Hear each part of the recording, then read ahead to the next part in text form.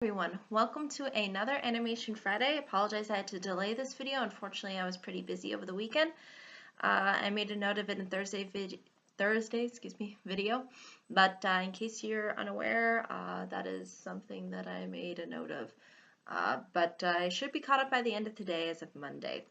So without further ado, let me address what I want to talk about for this particular Animation Friday, and that has to do with educational animated television shows, or basically in a more broader sense, you could say programming.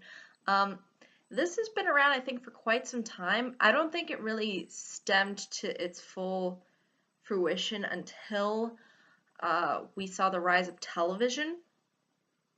And I think television really allowed not only animation to be more accessible, but it also allowed it to be um, a, a lot more based, at least within trying to uh, in particular educate children, since animation is a huge part of children's entertainment.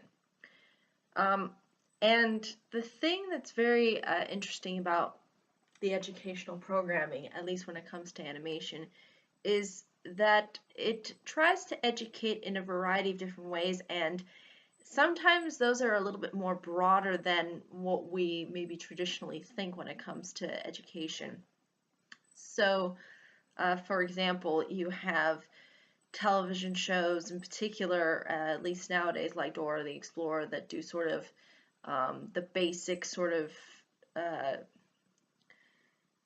really narrowed down education.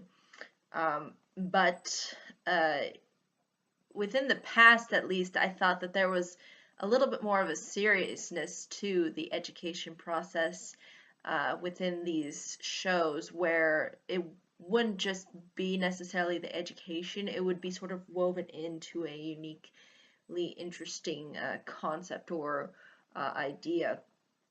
Um, for example, Schoolhouse Rock, or House of Rock, or yeah, Schoolhouse Rock, which I believe, if I'm not mistaken, did start within the 70s. Um, and the interesting thing about that particular program was the fact that it really handled a lot of interesting concepts that, again, are a little bit more, again, they're just more complex and interesting, and do it in a way that's very, again, simplistically put together so kids can interpret it a lot easier. Um, for example, there's one particular episode where they talk about um, the bill and how that is sort of produced within our government system, at least within the United States. You have them discussing grammar and making sort of a song out of it, um, and like uh, conjunction, junction, what's your function?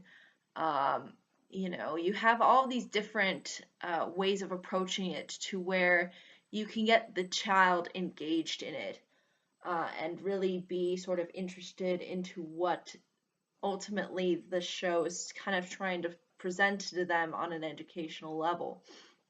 Um, and I think for the most part, it really worked for Schoolhouse Rock. It seems to be one of the more memorable educational programs for kids back in the day. Thomas the Tank Engine was also known for being somewhat educational, especially since its designs, at least from my research, were actually based on real trains. You had things like the Magic School Bus, and that was, I think, a lot more science-based, at least from my understanding. And I think a lot of kids got really invested into the sciences because of that particular educational show.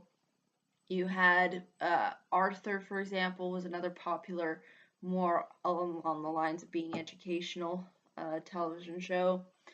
At least those were the ones that I was familiar with when growing up. And obviously nowadays you sort of have that built in within a lot of programming for kids today. But I feel like a lot of it is very uh, not only straightforward, but just kind of mediocre in its approach, because I don't think it really challenges kids. It just kind of has them sort of answer questions.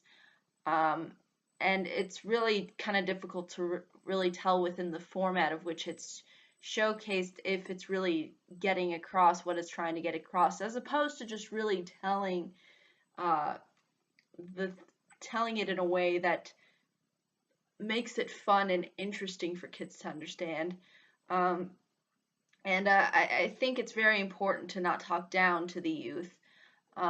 And I think the older programming, at least educational programming, did it in a way where I felt that they really weren't trying to look down on the younger ones and were really trying to bring forth some innovative and interesting concepts that were translated into a uh, educational way. And at least when it comes to the more educational stuff, it's primarily designed for very, very, very young kids, like toddlers almost. It's kind of not really meant for uh, kids even who sort of reach 5. I mean, it is kind of really designed to be for just a very small segment of kids, as opposed to being more so for a general, broader range of kids. Um, and again, I think there was a lot of memorable moments that were taken away by a lot of these educational programs. Obviously, a lot of them weren't animated, but I think there was a certain amount, at least a good amount, that was dedicated to being animated. And I think the reason why it worked effectively is not only because it's the primary demographic for kids, the animation, at least during the time of which it was sort of incepted, but it was also because um, I think there was this desire to want to get kids to sort of understand how certain things work, and get them invested into thinking about things. And I think these kinds of programs really did serve a purpose in sort of doing that. Um, and again, it's quite fascinating as to how much variety was in a lot of these television programmings. Uh, at least when I grew up within the 90s, there seemed to be a lot of extensive variety involved. Unfortunately, I don't think we see it as much nowadays. And when it is presented again, it's very limited. It's primarily for very young kids who are sort of really starting the educational process.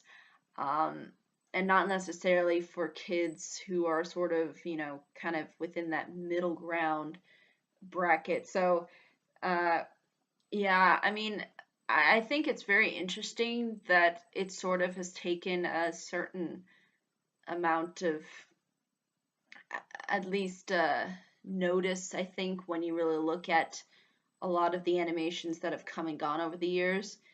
I hope they sort of continue to stay and have a certain kind of place within the, uh, at least, way in which we sort of understand animation, because I think it is important, even though initially animation was designed to be children's entertainment, it's nice to see that there were some attempts at least to try to put forth the educational aspects that are so important for kids. I mean, I think it is really important that we get kids to think, and I think really television programming, in particular this kind of programming, really allows the kids to do that. Um, at least for me, it got me sort of invested in thinking about things. Um, but I think that's really all I can say about them. I'd be more than happy to hear what anybody else has to say, and if they've grown up with, in particular, any programming that is sort of more along the lines of education, at least in particular animation shows that have sort of tried to do something that's a little bit more for kids to think about things. But I think that's really ultimately all I can say, though. Thank you so much for watching. I hope you all have a pleasant day, week, month, and year, and I hope to see you all in the next video. Take care.